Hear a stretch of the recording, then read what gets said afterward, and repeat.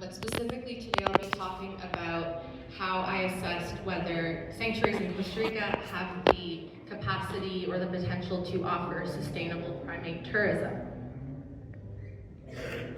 My research is grounded in the sort of global context of how most wildlife tourism, not including accredited zoos and facilities, is bad for wild animal welfare and conservation. And so some research came out in 2015 and 2018 from Wild Crew at Oxford. And so this one on the left is Morehouse et al., and they looked at 24 types of wildlife tourism activities globally.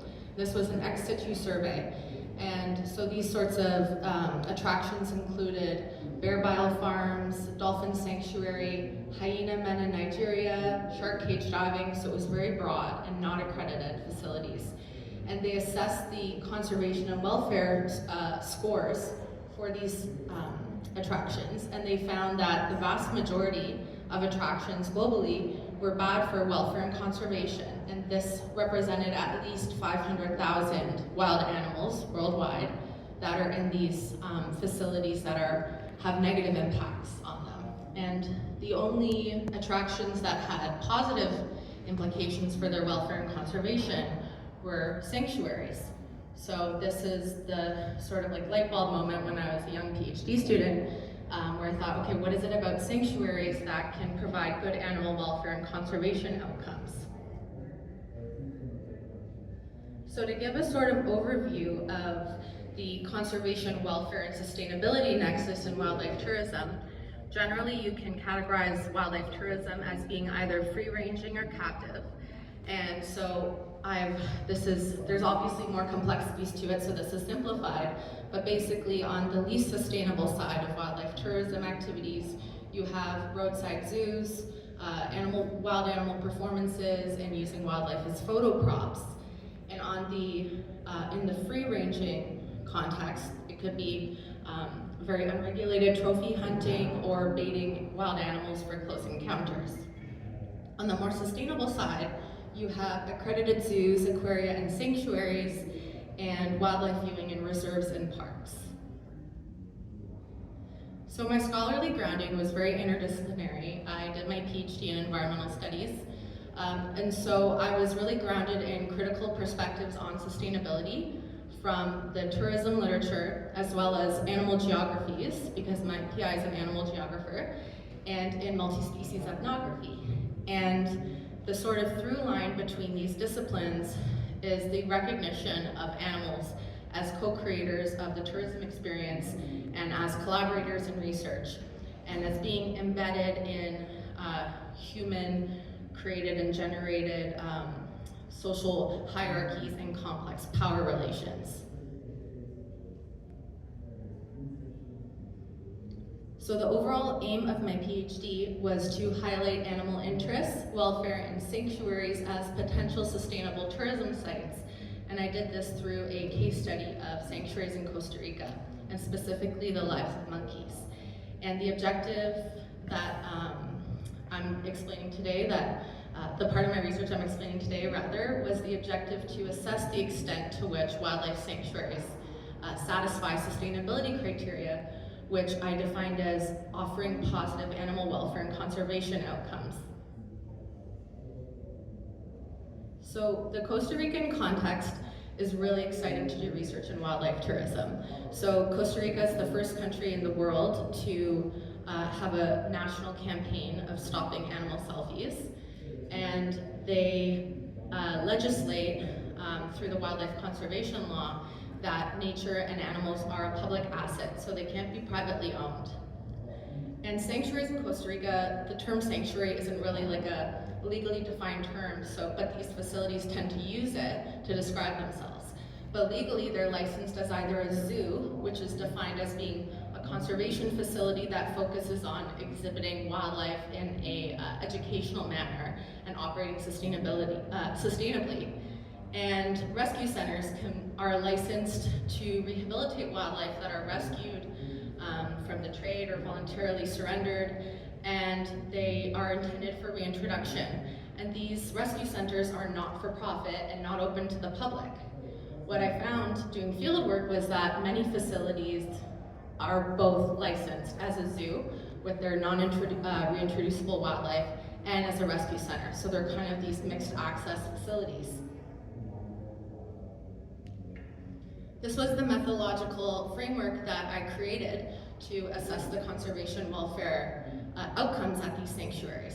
And so it was effectively all these adjectives on the side there, very socio-ecological. I basically developed the framework that Morehouse et al. Had used to do an ex situ assessment, and I created a ground truth assessment specifically for primates in Costa Rican sanctuaries with species-specific indicators.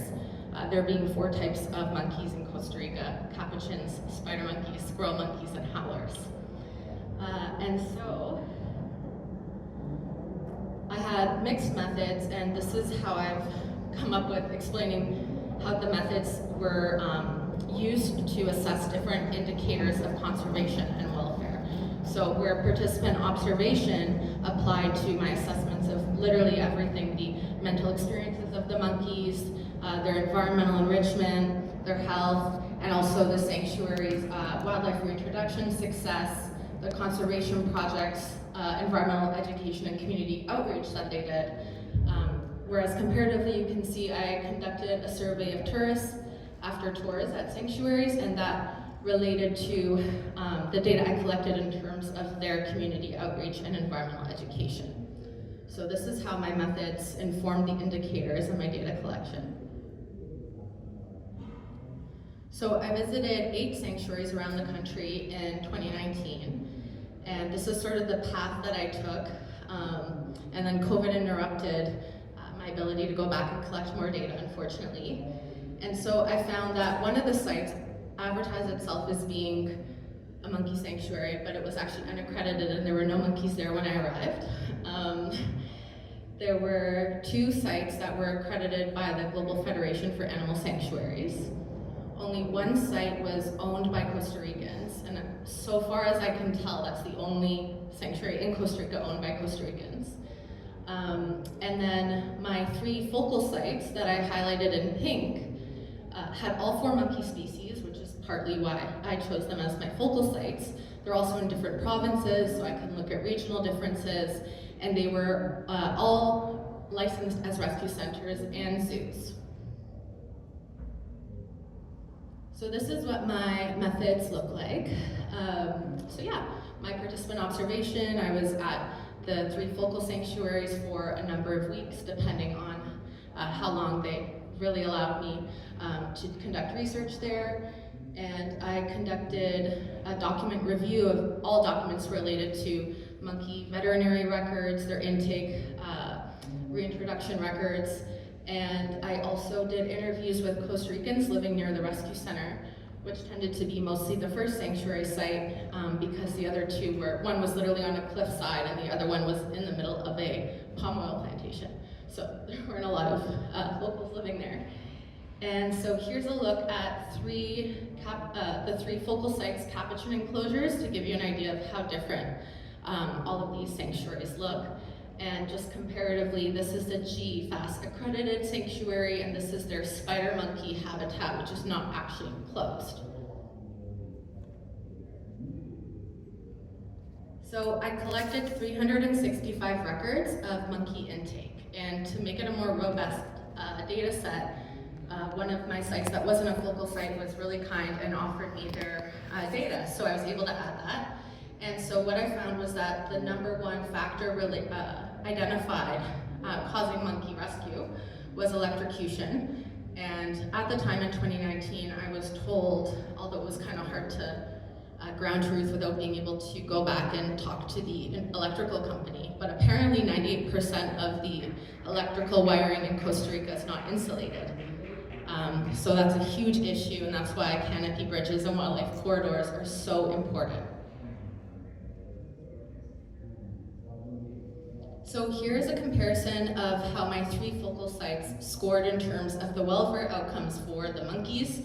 And as you can see, they all had positive implications for monkey welfare and conservation, which is really exciting and great to see. And site 2 had overall the best outcomes. And this was, I think, in part because their tourism, they had the least amount of tourism events, so they had about like 5 to 6 tours a week, whereas the other sites were in more touristy areas and had multiple tours a day, sometimes as many as 4.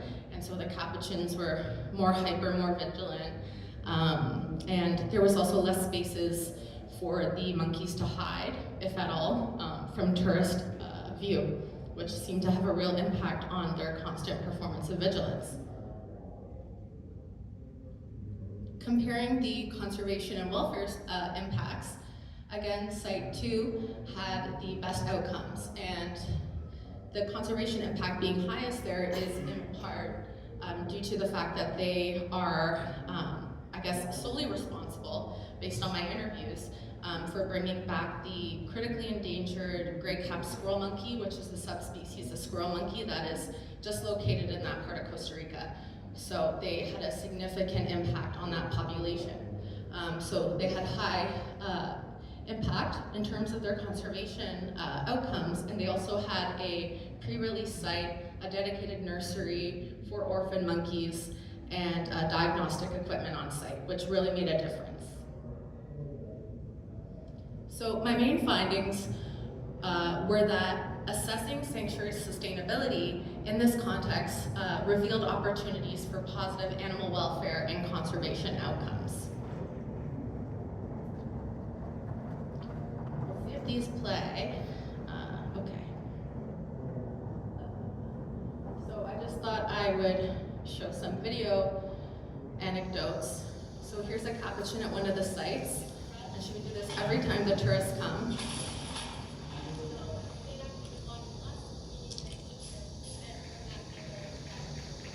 And this is a troop of 3 female capuchins. And she also has figured out which pebbles to pick up that are the smallest, and then she runs like bipedally and throws them through the fencing at the tourists.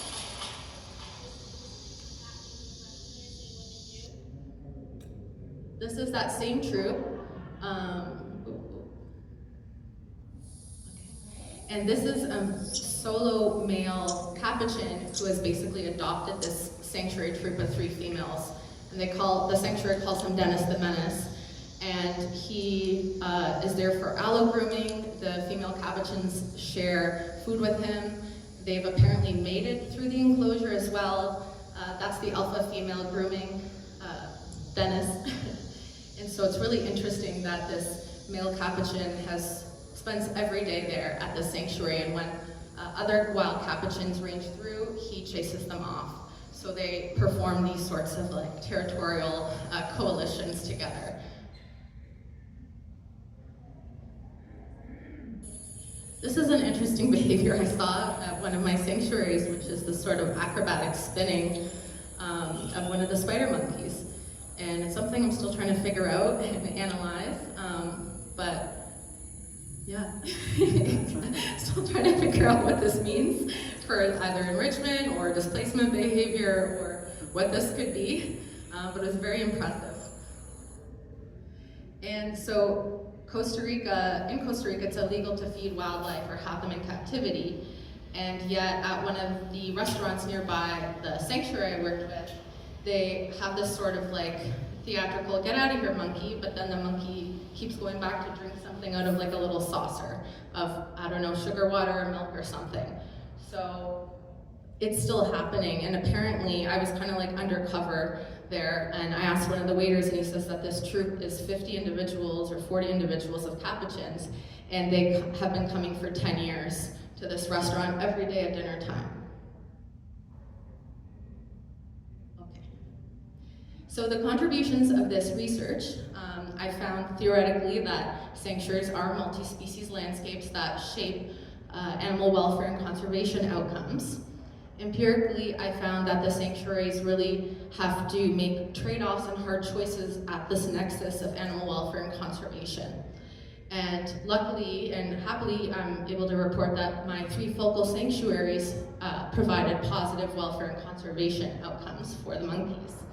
And so I'm able to say, okay, well, Costa Rican sanctuary tourism appears with this evidence to be a form of sustainable wildlife tourism, at least with these 3 sanctuaries I looked at. And yeah, I've been able to disseminate this knowledge through publications and through conferences like this. And, oh, okay, well, there, oh. There we go, okay, thank you. Pura vida.